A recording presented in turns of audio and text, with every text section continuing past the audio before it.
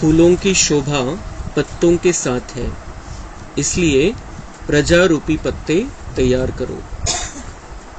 आज जब वतन में गई तो बाप दादा दोनों बहुत बिजी थे। क्या देखा? दोनों के आगे बहुत से फूल भी थे और पत्ते भी थे। जैसे गुलदस्ते में फूल भी डाले जाते और पत्ते भी डाले जाते। फूल 2-3 प्रकार के अलग अलग थे। उनको देख रहे थे और छांट रहे थे। तो बाप दादा दोनों उसी कार्य में बिजी थे। मुझे देखा भी नहीं। जब मैं नजदीक गई तो मुझे देख बाबा मुस्कुराए और कहा कि मैं सारा दिन बिजी रहता हूँ। देखो बच्चों, कितनी बड़ी कारोबार चल रही है। ये फूल पत्ते 3 क्वालिटी के अलग अलग करके रखे हैं। पहले बाबा ने मुझे फूल दिखाए जिनकी संख्या बहुत कम थी। फिर बीच की क्वालिटी दिखाई जिसमें फूल बहुत थे लेकिन साथ में थोड़े पत्ते भी लगे थे। फूल अच्छे थे लेकिन जो पत्ते लगे हुए थे वे कुछ डिफेक्टेड थे। तीसरी क्वालिटी में फिर पत्ते जास्ती थे और फूल बहुत ही कम थे। तो बाबांनी दादींना एक नजारा दाखवला। 3 प्रकारे फूल आणि पत्ते काही गुलदस्ते तयार करत होते। एका गुलदस्त्यामध्ये फक्त फूल, एका गुलदस्त्यामध्ये फुलं होते जास्त, पत्ते थोडे होते पण ते पण खराब होते थोडेफार, आणि एका गुलदस्त्यामध्ये फूल भरपूर होते, फूल कमी होते आणि पत्ते भरपूर होते। तो इस पर बाबा ने मुझे समझाया कि यह पहली क्वालिटी जो है, यह वे बच्चे हैं जो बिल्कुल दिल पर चढ़े हुए हैं और ऐसे दिल वाले अनन्य बच्चे बहुत ही थोड़े हैं। दूसरे नंबर वाले बच्चे हैं बहुत अच्छे परंतु थोड़ा कुछ कमी है। फूल बने हैं लेकिन थोड़ी कमी है। जे काही स्पेशल फूल बाबा म्हणता है, कुछ ऐसे अनन्य बच्चे बहुत थोड़े हैं जो दिल वाले हैं, जो बाबा के दिल पर चढ़े हुए। बाबा के दिल पर कौन है? जो बाबा के मानते हैं, जो बाबा के कहने पर चलते हैं। तो वो बच्चे बाबा म्हणता है बहुत थोड़े हैं। कुछ बीच वाले जो बच्चे हैं वो फूल तो बने हैं लेकिन थोड़ी कमी है उसमें। और बाकी तीसरी क्वालिटी के है प्रजा, तो उसमें कोई फूल निकलता है जो पीछे आने वाला है, बाकी सब है प्रजा। तो ऊपर की 2 क्वालिटी बच्चों की है। बाप दादा अब गुलदस्ता सजाते हैं। जब गुलदस्ता सजाया जाता है तो सिर्फ फूल डालने से गुलदस्ता नहीं शोभता, उसमें कुछ पत्ते भी चाहिए।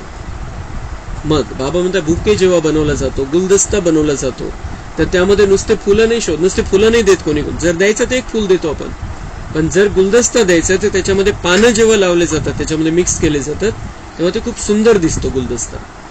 तो सिर्फ फूल डालने से गुलदस्ता नहीं शोभता, उसमें कुछ पत्ते भी चाहिए।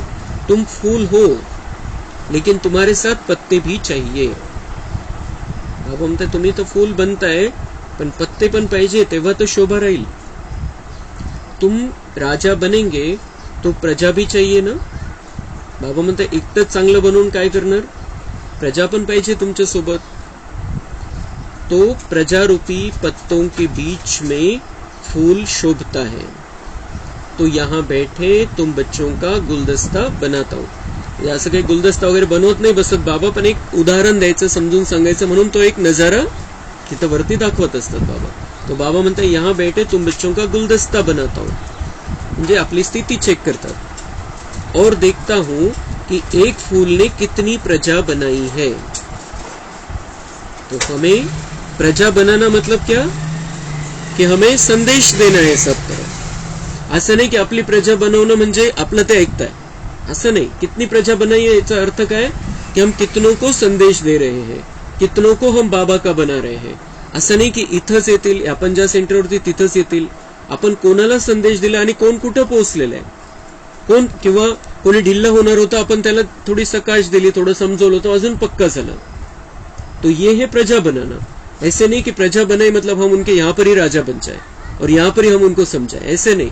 बाबा म्हणतात प्रजा बनाना म्हणजे ती तिथली प्रजा बनवायची, ती क्वालिटी बनवायची। त्या जे इथं अडकलेले, कलियुगामध्ये अडकलेले, रस्ता सापडत नाहीये, त्यांना रस्ता दाखवायचा, त्यांना ज्ञान मार्गाचा रस्ता दाखवायचा। ते कुठेही जातील, कुठेही आपलं कल्याण करून घेतील, कोणत्याही सेंटरवरती जातील।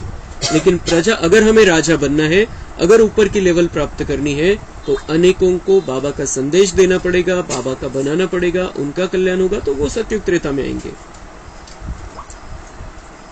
तो जिसने जास्ती प्रजा बनाई है उनका गुलदस्ता भी शोभता है। फिर बाबा ने एक प्रश्न पूछा कि जब कोई देवता की मूर्ति पर फूल चढ़ाते हैं तो सिर्फ फूल चढ़ाते, पत्ते निकाल देते हैं? जब कोई देवता की मूर्ति पर फूल चढ़ाते हैं तो सिर्फ फूल चढ़ाते हैं, पत्ते निकाल देते। जेव्हा गुलदस्ता द्यायचा असतो त्यावेळेला पत्त्यांसहित देतात, पण जेव्हा मूर्तीवरती फूल चढवायचे तर पत्ते काढून टाकतात, फूल चढवतात फक्त। क्यों? पत्ते तो फूल का शो होते हैं, फिर पत्तों को क्यों निकाल देते हैं? बाप दादा ने प्रश्न विचारला, दादींना प्रश्न विचारला आणि उत्तर पण दिलं। फिर बाबा ने सुनाया कि तुम बच्चों से ही यह सारी रस्म रिवाज होती है। जब तुम पहले अर्पण हुए तो अकेले थे। फूल चढ़ाते हैं मूर्ती पर, हे यादगार कशाचं आहे? आपण अर्पण झालो, समर्पण झालो बाबांना की बाबा मैं तेरा हूं। तेव्हा पत्ते थोडे, तेव्हा आपल्यासोबत थोडी प्रजा होती, तेव्हा आपण कोणाला थोडी बनवलं होतं, बाबांचा संदेश थोडी दिला होता। तो जब तुम अर्पण हुए, जब तुमने अपने आप को बाबा का बनाया, बाबा का समझा, बाबा के पास जन्म लिया, तो बाबा म्हणते अकेले थे। आपण स्वतःचा निर्णय होता, तो एकटे होतो आपण, असं नाही की प्रजा बनवून घेऊन गेलो, ग्रुप बनवून घेऊन गेलो आणि सगळे मिळून बाबांचे झालो। स्वतःचा आपला निर्णय, आपण बाबांचे बनलो। तो ये इसलिए फिर वो मूर्ति पर जो फूल चढ़ाते, पत्ते हटा देते और फूल चढ़ाते, क्योंकि हम अकेले समर्पण हुए। तो तुम बच्चों से यह रसम रिवाज हो, सगळ्या ज्या भक्तीमध्ये रसम रिवाज झालेले, बाबा म्हणते हे सगळं तुम्ही जे काही केलेले संगमिकामध्ये त्याची यादगार आहे। लेकिन फूल को अगर कुछ समय रखना हो तो पत्ते साथ में होंगे तो रख सकेंगे। मग अर्पण तर झालो आपण, पण मग आपल्याला सोबतच नाही मिळाली कोणाची, तो फिर मुरझा जाते हैं। पत्ते अगर साथ में नहीं है, अगर जर बाकीचं संघटन नाही आलं आपल्यासोबत, काही राहिले नाही, 1 2 4 जण जरी नसले, एखाद्या ठिकाणी खूप एखादा भाई बहीण ज्ञानामध्ये येतात, कोर्स करतात, पण मग त्यांना बाबांचे बनतात, सगळं कळतं, सगळं समजतं, बाबांवरती निश्चय होतो, पण मग एकटे राहत आहे, कोणी त्यांना सोबत मिळालीच नाही, कोणीच आलं नाही ज्ञानामध्ये, तर मग ते स्वतः पण ढिल्ले पडून जातात। तो बाबा म्हणता है कि जैसे अकेले रखेंगे, अगर फूल अकेला ही रह जाए तो फिर मुरझा जाएगा, इसलिए पत्ते चाहिए, साथ में लोग चाहिए, तब फिर वो भी आगे बढ़ते हैं। तो लेकिन फूल को अगर कुछ समय रखना हो तो पत्ते साथ में होंगे तो रख सकेंगे। वैसे ही जब तुम पहले अर्पण हुए तो तुम अकेले फूल अर्पण हुए हो, फिर तुमको 21 जन्मों के लिए अविनाशी चलना है, तो प्रजारूपी पत्ते भी लगाए जाते हैं। और इसलिए हम जब आते हैं, हमारा निश्चय पक्का होता है, हम सेवा की भावना से रहते हैं, तो संगठन भी बनता जाता है और हम भी पक्के होते हैं और बाकियों का भी सबका कल्याण हो जाता है। पहले तुम आए तो प्रजा नहीं थी, लेकिन अब तो तुम फूलों की शोभा ही प्रजा रूपी पत्तों से है। इसलिए बाप दादा कहते हैं कि प्रजा बनाओ, बाबा के बनाओ बच्चों को, उनको संदेश दो, प्रजा बनाओ, फिर वो आएंगे ज्ञान में, उनकी जितनी कैपेसिटी है फिर वो राजा भी बन जाएंगे। पहले प्रजा में तो उनको आना पडेगा, पहिले तर यावं लागेल, पहिले तर बनावं लागेल, समजून घ्यावं लागेल, आणि नंतर ते राजा पण बनू शकतो। तो हमें सबको संदेश देना है, किसी भी माध्यम से संदेश देत राहायचं आहे। आपण आपल्याकडे मोबाईल आहे, त्याचा वापर त्याच्यासाठी आपण करू शकतो। आता तर पत्र, अंतर्देशीय पत्र वगैरे काही पाठवायची गरज नाहीये, मोबाईलवर आपण संदेश देऊ शकतो, बोलू शकतो, भेटल्यावरती बोलू शकतो।